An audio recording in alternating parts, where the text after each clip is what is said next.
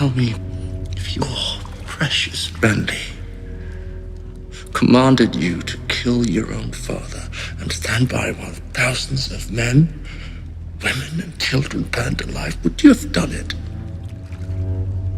Would you have kept your oath then? So it's time to talk about Jaime Lannister, and immediately it makes me think back to what I said at the start of my video analysing Tyrion. Tyrion with his iconic advice to Jon Snow. Wear it like armour. And I said it's kind of funny how many articles and blog posts you can find online talking about the inspiring wisdom of this advice when it's an approach to living that kind of underpins everything that goes wrong for Tyrion. Well, that advice also largely sums up Jaime at the beginning of the books. Likewise, for him, it's advice that spares him pain, definitely, and perhaps that's what he needed at the time, but we also see a Jaime who needs to grow beyond that. Effectively, his character arc so far in the books is all about shedding that armour. But there's lots to say about Jaime. What can we make of his past? What about his relationship to Cersei? What can we say as a whole about his psychology and his behaviour and where he might be heading in the books? And that is the books, not the show. He's very different here.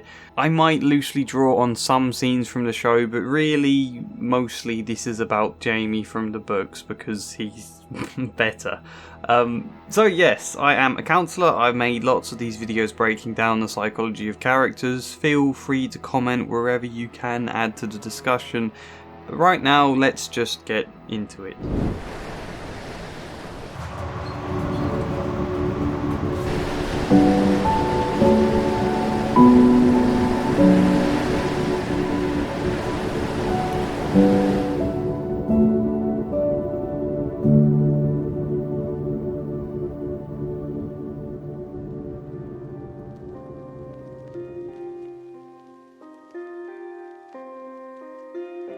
The most obvious thing to say about Jaime Lannister, I think, is that he's quite a flippant, never serious, smiling, joking presence. The appearance is that Jaime doesn't really care about anyone or anything, therefore freeing him up to mock everything, and on the one hand, you do get some sense of freedom and satisfaction from doing that. I think we all know people who are like this. It enables them partly to feel set apart from others by mocking everything others stand for, whilst also, if there's nothing they themselves care enough about to stand up for, then there's no opening for anyone else to mock them. It takes courage to show care in a world where people will tear you down for it.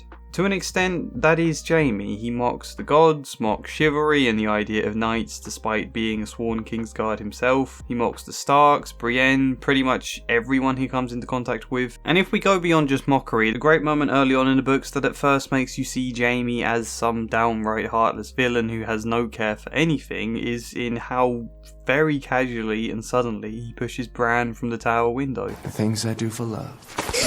There are two problems to all of this, however.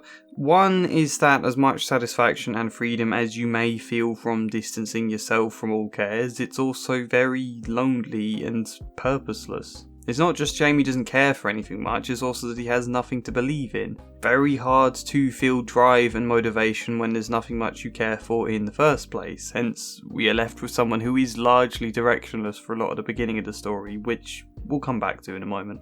The second problem, which perhaps you've been screaming at me, is that Jaime does actually take quite a few things seriously. He does care. This is what I mean about Tyrion's advice to make it your armour. Jaime has been disgraced as a Kingslayer in the eyes of most of Westeros. He is viewed and treated like a dishonourable knight with no standards or shame, so he embraces that image, that role the world gives him. Why struggle the incredibly difficult battle of social opinion, trying to prove to people, no, I am not dishonourable, I am not a Kingslayer? Why try that when you can far easier just lean into the role? Turn it from a thing of shame into something you're almost proud of. Or maybe not proud, maybe just indifferent. If this is how they see me, that's fine, that's how I'll be. So much simpler than fighting against social opinion and your own conscience, which is definitely a part of it. Jaime feels a lot of guilt despite some caveats. So either allow himself to be burdened by that guilt or wall it off under this state of I don't care. Let's consider everything Jaime went through, or rather one specific event he went through that illustrates my point perfectly. Jaime was a kid who wanted glory and honour and acclaim. The thing about Jaime there, I guess, is that despite all his complex and scheming family, he himself, what he wants is incredibly straightforward and always has been. Jaime wants his name to be remembered and said along the likes of Arthur Dayne. And yeah, while his motivations for joining the esteemed Kingsguard who swear their life away and their titles and lands to defend King Aerys for the rest of their life, yeah, his motivations were mainly to be closer to his sister Cersei and possibly a middle finger to his father, seeing as becoming a Kingsguard meant forgoing all rights to land. He also desired the glory of such a position. He considered joining to be one of the happiest days of his life, only for that joy to quickly sour. He discovered very quickly that King Aerys had only taken him on as the Kingsguard as a petty revenge against Lord Tywin, robbing Lord Tywin of his heir, so there's very little glory in just being the puppet of someone else's rivalry. More so, Tywin was so insulted by this that he resigned serving as Hand of the King to Aerys, travelling back to his home of Casterly Rock and taking Cersei away with him, which meant the whole plan of becoming a Kingsguard so he could be closer to his sister had now failed. Then, even more so, King Aerys refused to let Jaime take part in tourneys or battle or do anything other than stand around guarding him or the Queen. He'll win no glory here, the King had said. He's mine now, not Tywin's. He'll serve as I see fit. So that on his own is devastating and makes the kind of glory and honour he might have idealised the esteemed Kingsguard for look false. This is nothing like he envisioned. It's not too dissimilar from Jon Snow thinking it would be honourable to join the Night's Watch, only to discover it's a collection of criminals, or Sansa seeing romanticised perfection in her betrothal to Joffrey, only to discover he's monstrous. You might then bitterly see honour and glory in those things as a joke, as a thing for you to mock for how it has in many ways mocked you. You might decide you don't believe in it because look how terribly chasing after it has gone. It has gone terribly for Jaime. Not only is he still a young teenager, isolated from everyone he loves, a political pawn used as an insult against his father who can win no glory, but far worse, he has to stand day after day as a sworn protector of King Aerys and watch this king brutally and horrifically torture or murder people, more often than not burning people alive in the throne room right in front of him. That and listen as Aerys beats and rapes his wife. To stand there as a teenager and do nothing, not speak out, not look away, certainly not show any emotion, just watch and do nothing and be told this is duty and great honour.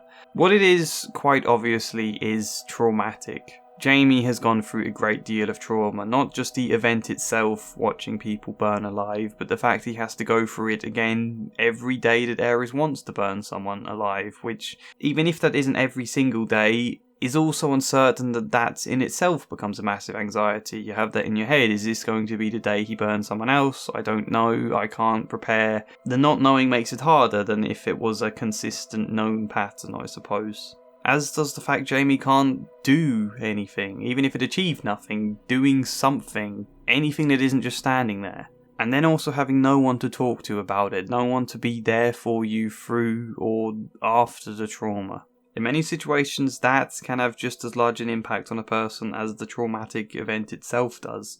So what am I leading to with any of this? Well, firstly, it's pretty clear that Jaime struggles with post-traumatic stress disorder. I think we can see that in Jaime vividly reliving his experiences, but when he closed his eyes, it was Aerys Targaryen he saw, pacing alone in his throne room, picking at the scabbed and bleeding hands. The fool was always cutting himself on the blades and barbs of the Iron Throne.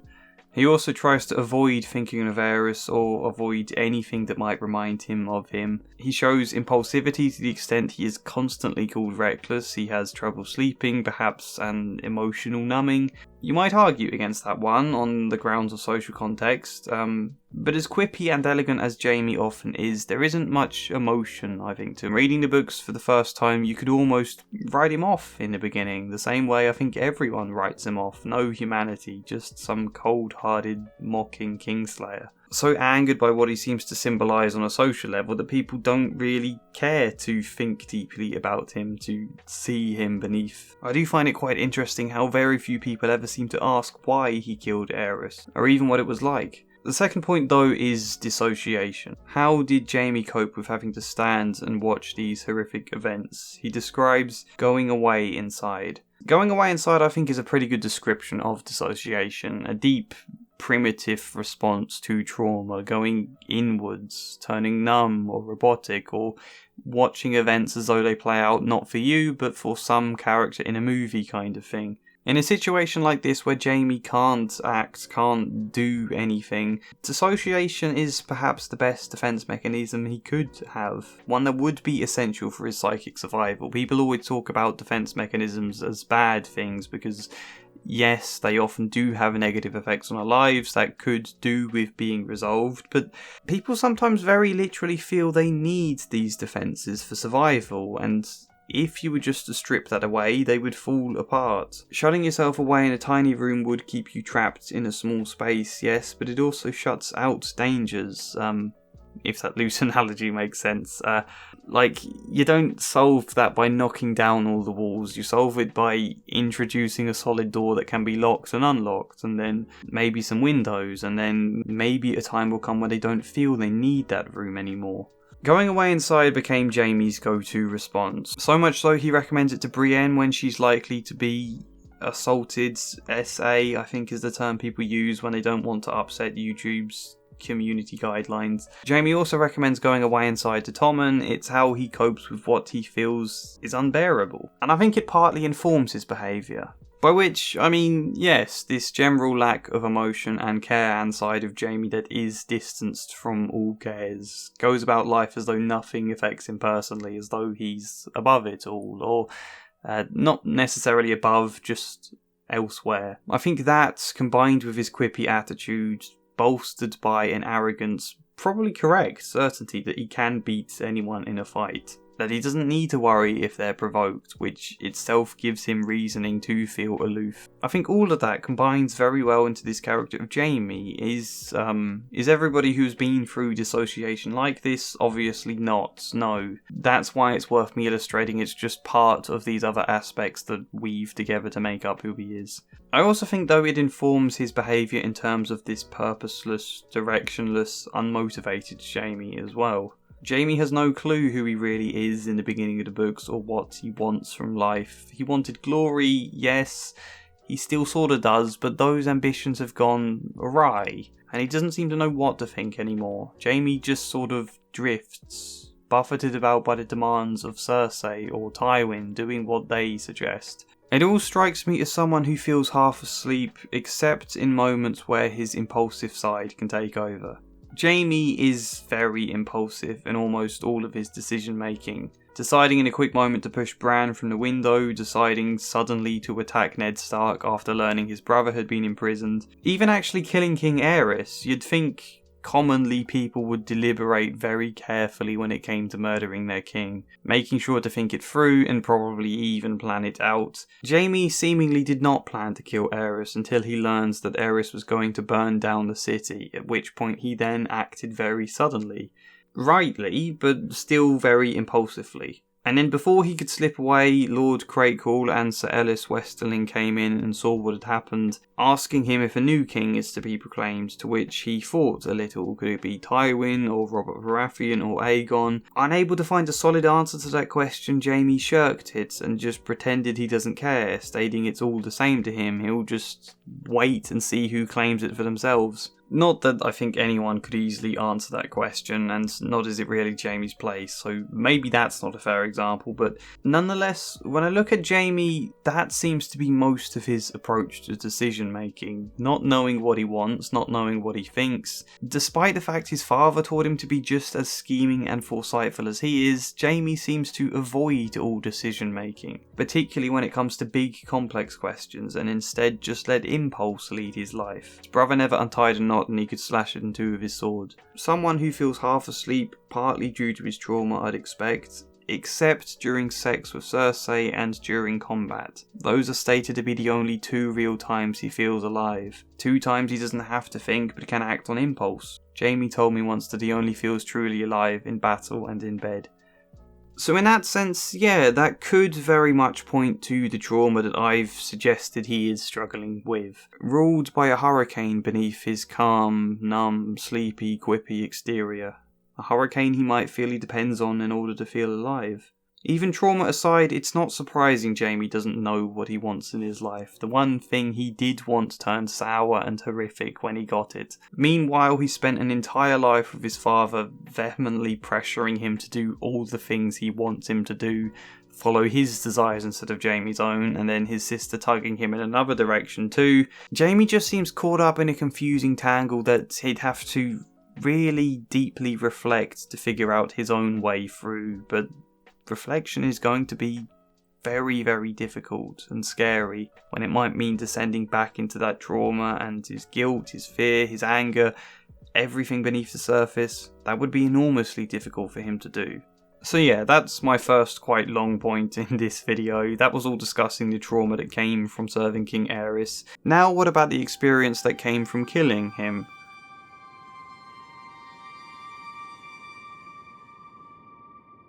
For what Jaime considers to be his finest act, killing the Mad King Aerys before he could essentially burn the whole city alive, Jaime is condemned as a Kingslayer. He was a Kingsguard sworn to defend and give his life to Aerys, not to murder him. This is perhaps the obvious point to make about Jaime, but it's still necessary we mention it. Jaime doesn't like being called Kingslayer and judged and frowned on like a terrible person. And yet he never defends himself, never justifies his situation, never tries to prove, no, I am good, what I did was heroic. Well, I guess he kind of tries to prove he's a good person later in the books, but we'll get to that. I've already touched on this, it's easier to lean into the role and make it his armour. Also, I think it can make you feel quite vulnerable to have to prove yourself and justify your decisions to others. It can make you feel like you're placing yourself below others, grovelling, begging at their feet for them to see the good in you, and that's just obviously not a comfortable thing to do. By what right does the wolf judge the lion? And in many ways, yeah, Jaime shouldn't need to justify himself to anyone, especially considering he saved an entire massive city of people. What other people think of him shouldn't matter one lick when he knows the truth of what happened, but that's presupposes Jaime himself does feel good about what he did, that he isn't conflicted and racked with guilt about it. When I see Jaime not defending himself for killing the king to save an entire city, or at least not defending himself until he gets to Brienne, I see someone who, yes, makes Kingslayer their armour, also, yes, probably doesn't feel they can explain. I mean, are people really going to believe that Aerys did have a massive stash of wildfire that he was going to unleash upon the entire city unless Jaime had him killed? You could prove there was the wildfire there, but that he was actually going to use it for that. It sounds a bit tenuous, especially when your dad is the biggest schemer in the Seven Kingdoms, and the moment you happened to kill the king is also the moment your father was already sacking the city at the same time. Looks a bit coincidental when you try to explain, and especially when you might be afraid that telling people about this massive stash of wildfire means placing that stash in the hands of other people who might do great harm with it, such as, interestingly enough, his sister. Those are all reasons to keep quiet and not bother defending himself. I do think that, but I also think it's hard to defend yourself against others' cold judgment when a part of you might feel like you deserve that judgment. Case in point, why is it Jaime is consistently haunted by the judging face of Ned Stark in particular? Very literally haunted. Ned's judging face crops up in Jaime's dreams. Is it because Ned was the first person to come upon Jaime seated on the Iron Throne, the most direct first person to judge Jaime for his act of kingslaying? Yes, perhaps in part. Was it because Ned Stark is the once living embodiment of honour, when honour seems to mean standing by and letting Aerys do what he liked, and the horrible hypocrisy of that? Yes, I suspect that plays a role too. Which is a side point. It's no wonder Jaime is so ready to mock the entire idea of knighthood when he watched 500 knights stand silently as Aerys burned people alive. And when he went to his peers in the Kingsguard about his concern, and Geralt Hightower tells him rigidly, You swore a vow to guard the king, not to judge him. You know, if that is chivalry and honour, then of course Jaime mocks it. But anyway, Ned Stark.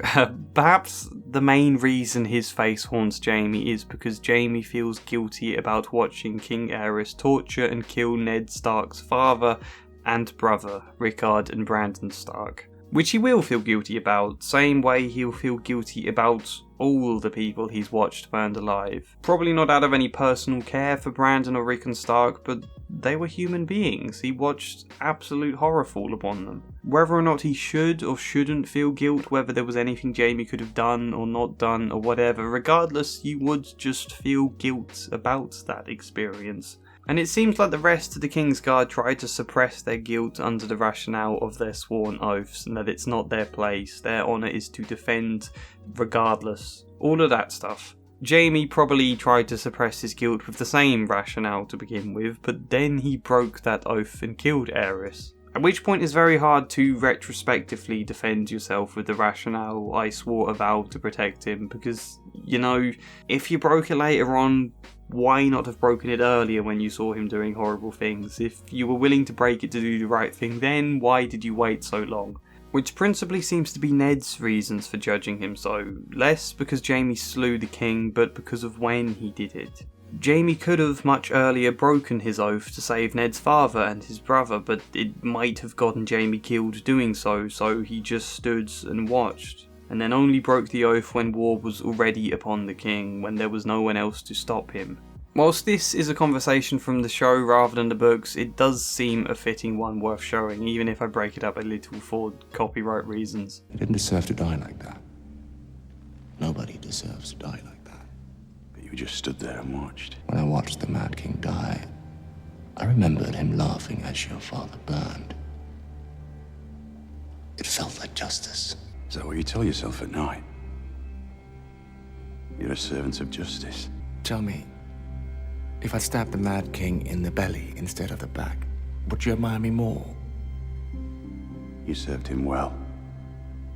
When serving was safe. Ned sees it as opportunistic, that Jaime didn't care about anyone who was burned alive, he only killed Aerys to place himself on the winning side of the war. And no, Ned's not entirely correct there, but if there is a stab of guilt in Jaime's brain already, a question floating there asking why not sooner, you could have saved more lives if you broke the oath sooner. If, rightly or wrongly, that's a guilt you feel, then Ned's judging face may start to partly represent that. It haunts Jaime out of his own guilt. At which point, yes, he can either confront this guilt or he can run from it, which is largely what happens, though always a bit conflicted. At times convincing himself he doesn't care, at times arguing to himself that he's the hero, he's the one who can see the hypocrisy of all these other knights who stuck to their vows, sometimes projecting all of his own self-hatred and guilt onto this image of the honourable Ned Stark, who judges him instead, and then resenting Ned for that. So yes, that was all an unnecessarily long point to illustrate how Jaime avoids his guilt.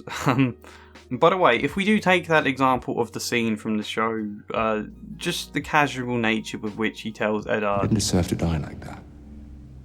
Nobody deserves to die like that. it makes it so hard to tell if he's being sincere or if he's mocking there. And I think he is being sincere, really, but he can't help colouring that with a layer of this cocky, unserious quippery, because being fully sincere and all of the guilt that might bring to the surface is too much for him. You get it in the book similarly when he talks with Catelyn about the same events. There's a moment there where he does seem quite serious, and he has to quickly follow that up by drawing it back to mockery and then saying, "Come, Lady Stark, don't you find all this terribly amusing?" Anyway, that was supposed to be a short section. As usual, I rambled on, so let's get to Jaime a bit later in the story. Where does his arc lead him, you know?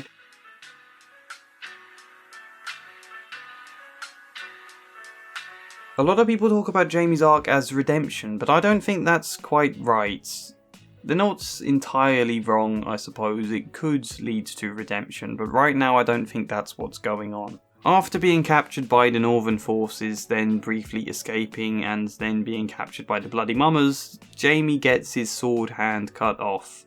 A hand that symbolises all of his shame, but also all of his pride, his power, his ability, his identity. Gone.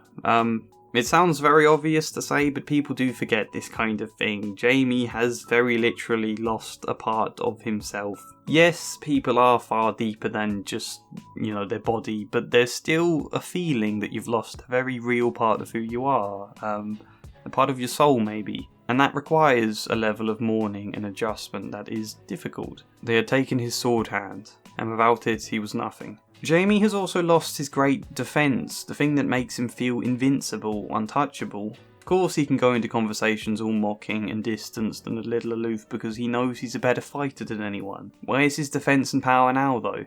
And at first, Jaime gives up on life. This is kind of what I mean when I said just stripping someone of their defense mechanisms isn't always good. They sometimes feel like they need them for survival. Without it, they break down completely. The sense of power Jaime has from his fighting ability, perhaps even the degree of escape he can get from charging into battle, that kind of is a defense mechanism. Without it, Jaime felt like withering away into nothing. Only Brienne was there. Kind of the inverse of Jaime. She looks absolutely nothing like a knight, but rigidly upholds all the honour and chivalry of it. Perhaps too rigidly. She helps Jaime start to realise that he can keep living, keep fighting. And then Jaime has a fever dream from illness and sleeping on a weirwood stump. In the dream, a naked, defenceless Jaime is led deep under his home in Casterly Rock to a dark pit where he is thrown in. His father, sister and son Joffrey all leave him there with only a sword. No one but Brienne comes in to protect, stating that she swore a holy oath to do so, and then Jaime is confronted by ghosts of Ned Stark's judging face, of his old Kingsguard companions, and of Rhaegar Targaryen. It's a dream that shows a lot of things. One is foreshadowing of Brienne in the bear pit. She comes into this pit to save him in his dream, so he then does the same for her in real life. It also cements how much he's come to care for her and how much an oath to protect someone can mean. But it's principally the guilt, I suppose. It's all been fine for Jaime to run from his past guilt because he can be this cocky, untouchable knight who says he doesn't care, but without that image to defend him anymore, his demons can no longer be warded off. I suppose that's how he feels. So there's this guilt about Ned Stark's family, then the guilt about breaking his vow to defend the king, which we see in the dream. When they drew their long swords, it made not a sound. He was going to burn the city, Jaime said, to leave Robert only ashes. He was your king, said Darry. You swore to keep him safe, said Went. And then the bigger guilt of Rhaegar. Jaime had promised to protect Rhaegar's wife and children while he went off to battle, only for them to be murdered by Sir Gregor Clegane whilst Jaime was in the throne room having killed Aerys. He wasn't there with them, he wasn't there to stop Gregor. It is perhaps Jaime's biggest regret. Rhaegar burned with a cold light, now white, now red, now dark. I left my wife and children in your hands. I never thought he'd hurt them. Jaime's sword was burning less brightly now. I was with the king. Killing the king, said Ser Arthur. Cutting his throat, said Prince Lewin. The king you had sworn to die for, said the White Bull. So, confronted with these guilts now, unable to excuse himself. His reasoning there in his dream doesn't cut it for these dream ghosts, and since this is all Jaime's imagination, that suggests it doesn't really cut it for him either. Unable to run from this guilt, he decides he has to earn redemption and change his ways. At the very least, try to be a better, honourable person in the future. So, yeah, he goes and saves Brienne from a bear pit. He is then a little more distant from his father and sister, which is the other part of his dream, I suppose. They abandoned him in the dark pit. But they also say this dream dark pit with all these ghosts is Jaime's place. For good or bad, it's a strong suggestion that his place is no longer quite with his family in the same way, but with his demons, I guess, and struggling through them on his own journey.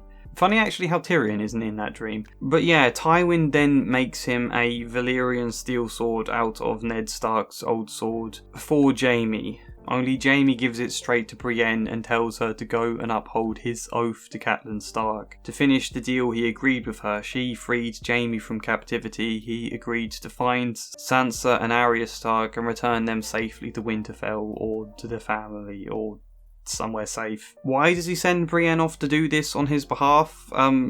Well, yes, it was the deal he made with Catelyn Stark, and he wants to be someone known for keeping oaths now. The sword he gives Brienne is called Oathkeeper. And yes, perhaps he hopes it partly makes up for Ned Stark's father and brother being killed, maybe, but principally he explains, Sansa Stark is my last chance for honour. Is that about being a good person, redeeming himself, or is it about changing his image? What else happens though? He goes to mop up the fighting in the Riverlands that's still been going on, but he's going to do it without bloodshed because he's a changed man now. He's going to be fair and it's going to be justice, is the word he uses. Remember how Tyrion said he'd do justice when he was Hand of the King? It felt good. This was justice. Make a habit of it, Lannister, and one day men might call you Golden Hand after all. Golden Hand's the just. So yeah, he does end the war there without bloodshed. He saves an innocent woman, Pia, from being sexually assaulted and punishes the man for it. That's justice, but then Pia was also assaulted repeatedly by all of Gregor Clegane's men, none of which are punished for it. He instead welcomes them to join his ranks. And yes, it is more honourable and better to end the fighting in the Riverlands without bloodshed, but is this really peace, as he rationalises it, and justice? He is essentially subjugating the people that live there in order to support and back up the events of the Red Wedding and give their castle to the Freys. The Red Wedding being perhaps as big a dishonourable crime in social ethics as there has been in the books. Giving this land to the Freys, and even larger than that, helping prop up a regime he knows to be both brutal and illegitimate. Who is going to see someone helping secure the Lannisters' power, ruled by Tywin's iron, brutal grip, supported by the Freys and Roose Bolton, and much of it enforced by Gregor Clegane? Who is going to see Jaime securing that as just and honourable simply because Jaime does so by not having to kill anyone in this one specific conflict? The point is, Golden Hand's the just, as he hopes to one day be known, isn't quite so just as he tries to convince himself and pats himself on the back for being. If he was to really grapple with morality and true honour, he'd have to question the side he's fighting for, but he doesn't. He finds ways to rationalise what he's doing through very minor examples of goodness. His motivations really are the White Book, in which the deeds of all the Kingsguard are written. He wants good things written about himself, which can be a good motivation, yes, and I don't mean to say there isn't part of Jaime here that's driven by his past guilt and making up for them, but all the same, this does seem largely about self-image. This seems largely the same as a teenage Jaime wanting to win glory. He wants to be seen as good without truly having to go through that dark, messy pit of redemption. Is that narcissistic of him then? Perhaps Jaime does show narcissistic traits. Is he trying to convince himself with this show of goodness rather than truly grappling with his guilt because he doesn't actually believe he can be redeemed? He feels too doomed to properly try it. That's also certainly a possibility. Largely though, my speculative guess is that Jaime doesn't yet realise how big a change he can make. As I say, Jaime would have to go much deeper to truly redeem himself, get right down into that dark pit and grapple with everything he's done. Much of which has nothing to do with Aerys or Ned Stark or Rhaegar. Sure, he feels guilt about that stuff, but what about everything he did after that? Everything he did whilst he was trying to run from his trauma? Throwing Bran out of a window, killing his cousin whilst in captivity. I strongly suspect there are countless murders that he's deliberately forgotten about committing.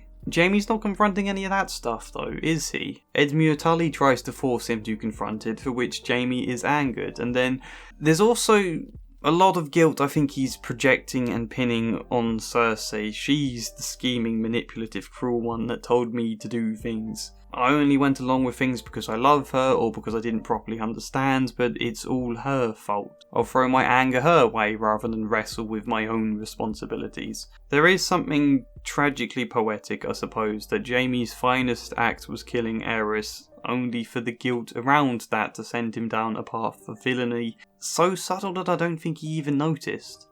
I still don't think he has. But yes, that's the point as I see it. Not about redeeming himself yet, if ever.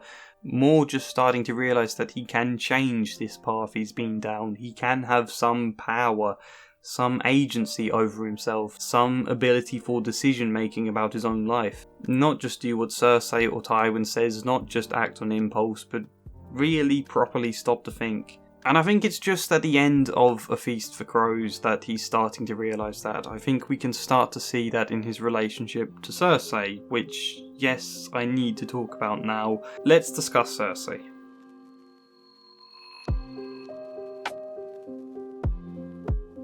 Am I right to pronounce it Cersei, or is it Cersei? I think I need to be clear on that before I make a video about her. I think it's Cersei, actually, isn't it? Anyway, yeah, it wouldn't be much of an analysis on Jaime Lannister if we didn't discuss his incestuous relationship to his twin sister. She is his twin. I think people sometimes forget that. She was born first, with Jaime said to be holding her ankle as she came out. I'll ask the difficult question we can't, concretely answer, which is why did such a relationship between them occur? Obviously there's a lot we don't know about the characters and their childhood, but we can reasonably speculate. Nonetheless, I do want to stress this is speculation based on psychological theory that won't hold for every example.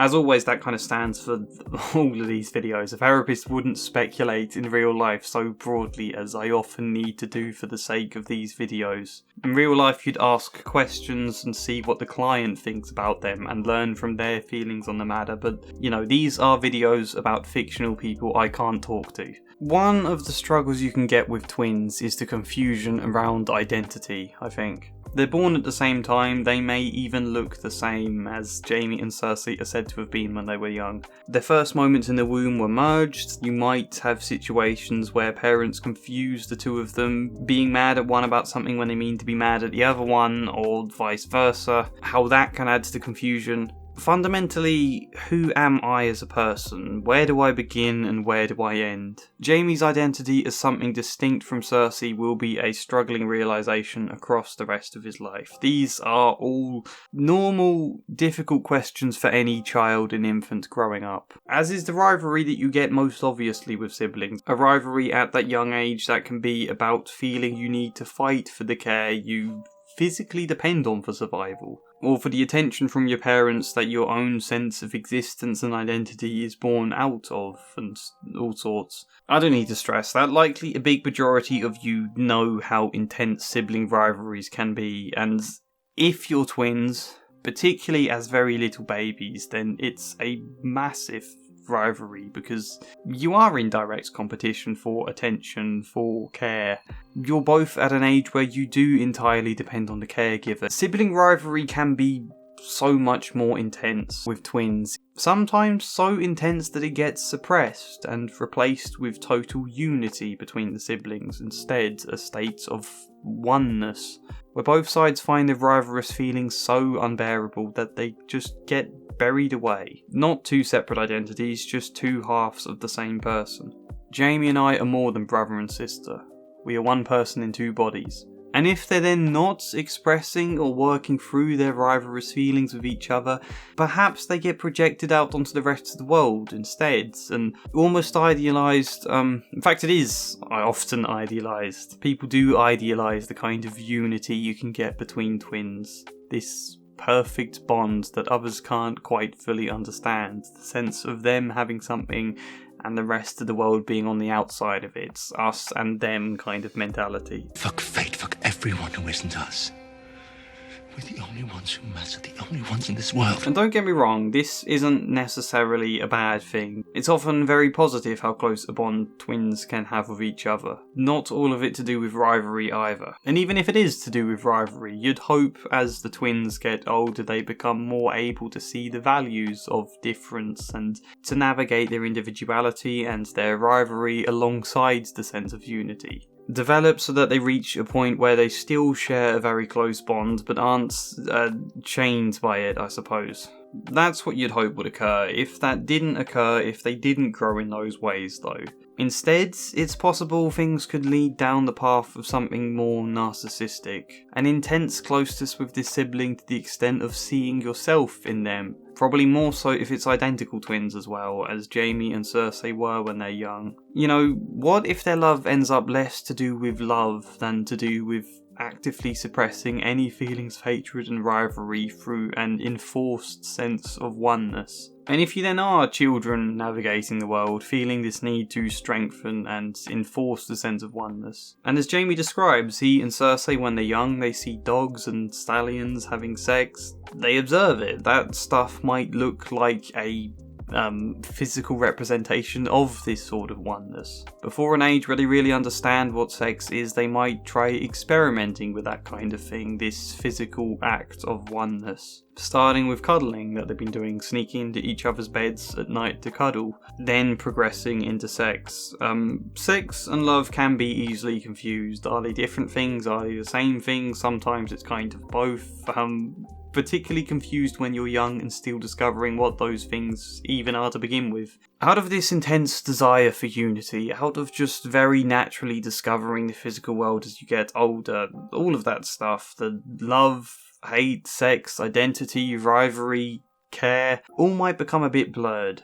I was flicking through some of my old books about sibling rivalry earlier and found this good quote that I just thought was fitting. It's an example here of twin sisters. Rather than being able to enjoy the difference that might have brought each twin sister a sense of individuality within the twin relationship, they sought sameness. This demonstrates the narcissistic aspect of the twin relationship, the seeking of other as self and of self in the other. The idealization of sameness obliterates difference and the value of difference, and denies the need for an individual sense of self.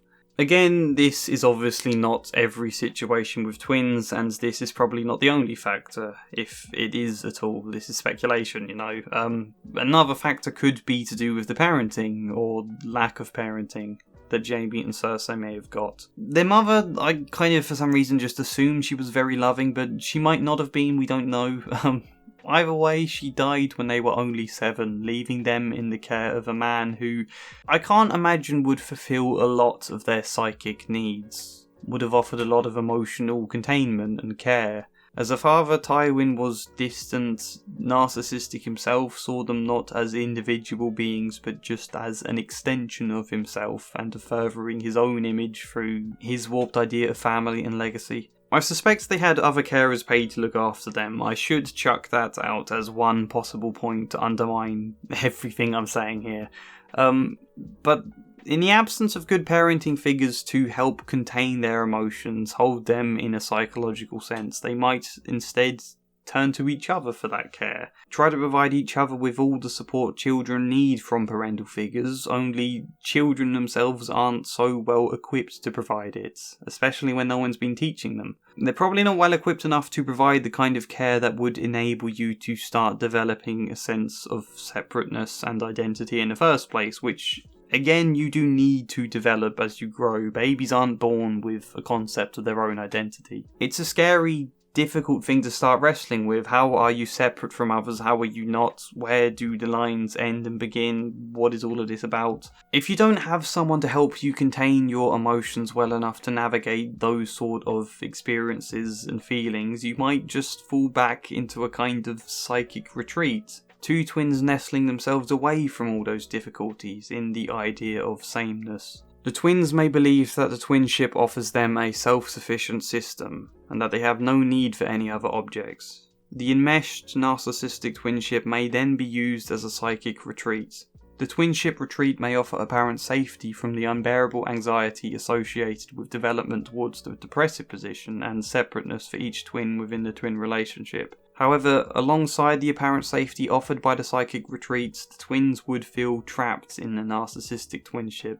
Emerging from the psychic retreat would confront the individual twin with anxieties of an intense and possibly psychotic nature. In the extreme, this may result in a sense of fragmentation of the self.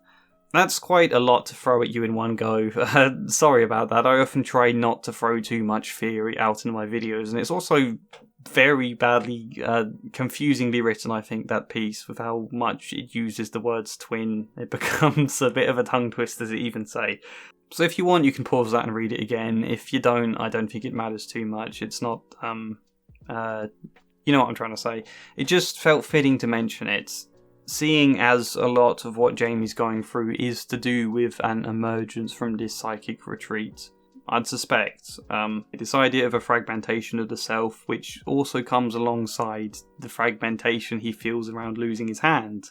Something which might even symbolically reflect the idea of losing his other half, his twin sister. Jaime, however, is a little better adapted to emerging from this psychic retreat, finding his own agency, his own self-control. He's also less narcissistic than Cersei. Jaime is very much capable of empathy. Why? Really, we don't know what makes him different to Cersei. Somewhere growing up, he probably got better care and containment and empathy from others than she got.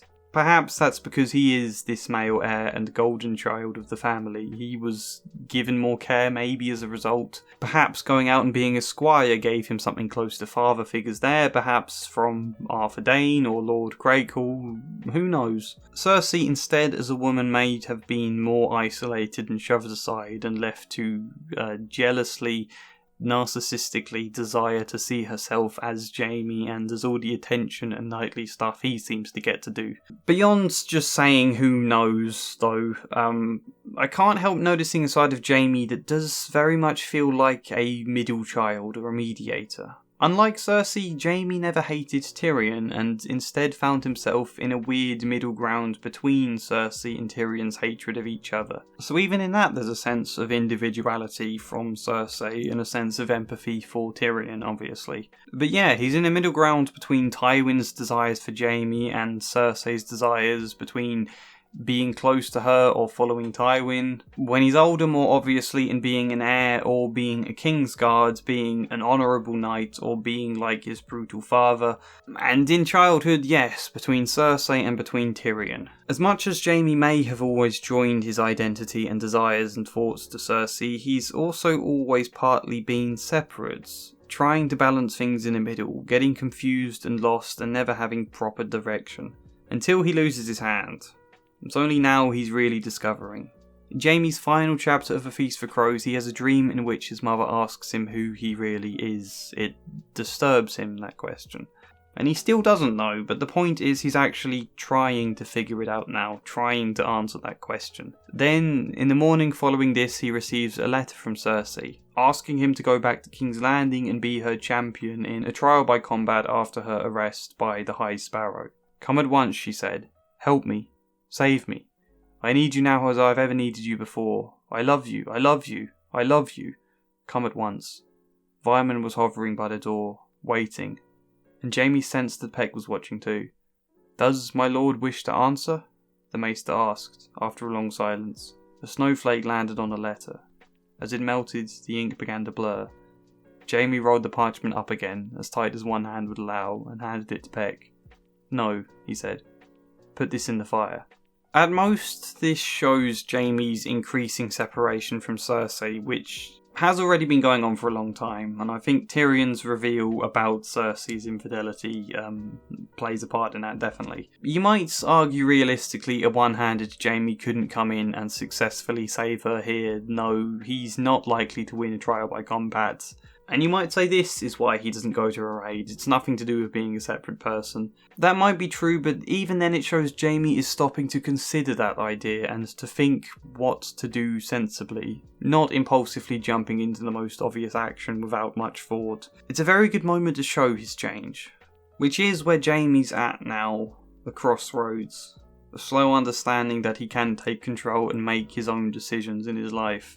What decisions will he make? That's still a little unsure. Do I think Jaime is going to carry on this journey, slowly realising more how separate he can be and how in control he is? Yes. Does that mean he's going to end up not fighting for this Lannister regime? Maybe. Does it mean he decides to leave war altogether and find peace the way the Hound could possibly be doing in the books? Maybe. Or maybe he's the one to stop Cersei from the possible burning of King's Landing just as he stopped Aerys. I don't know. I don't expect him to be fully redeemed though. Knowing George Martin as well, there'll still be some surprises in store, all of which I'm interested to find out whenever the hell the next book is actually released. Look, this has been a long video now. I'm sorry I haven't really talked about his relationship with Tyrion, or even really Tywin, besides the obvious and what I hinted in their videos. I haven't really mentioned enough about the change in his relationship with Cersei. Perhaps I'll find space in her video to do that, and I haven't really mentioned Jaime's relationship to his children, which went from seemingly not caring about them at all to then forming a level of relationship and starting to try to be a father.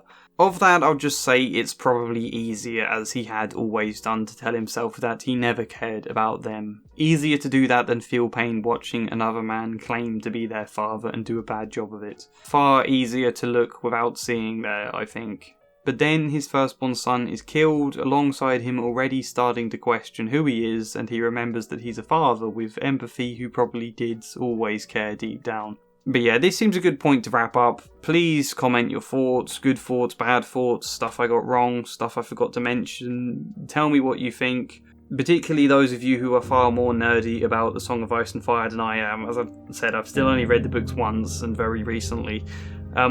Like the video if you liked it, subscribe if you want more A Song of Ice and Fire stuff or other stuff. Support me on Patreon if you want to help keep this channel going, but otherwise, hopefully see you next time. And as ever, a special thank you goes to Janice McMahon, Luke Hoare, Treat Trucaber, Michael Gallagher, InSquares, Flying Spider, Samara Salsi, Joshua C. Follier, Chad Bramwell, and Zachary Herreras. Thank you.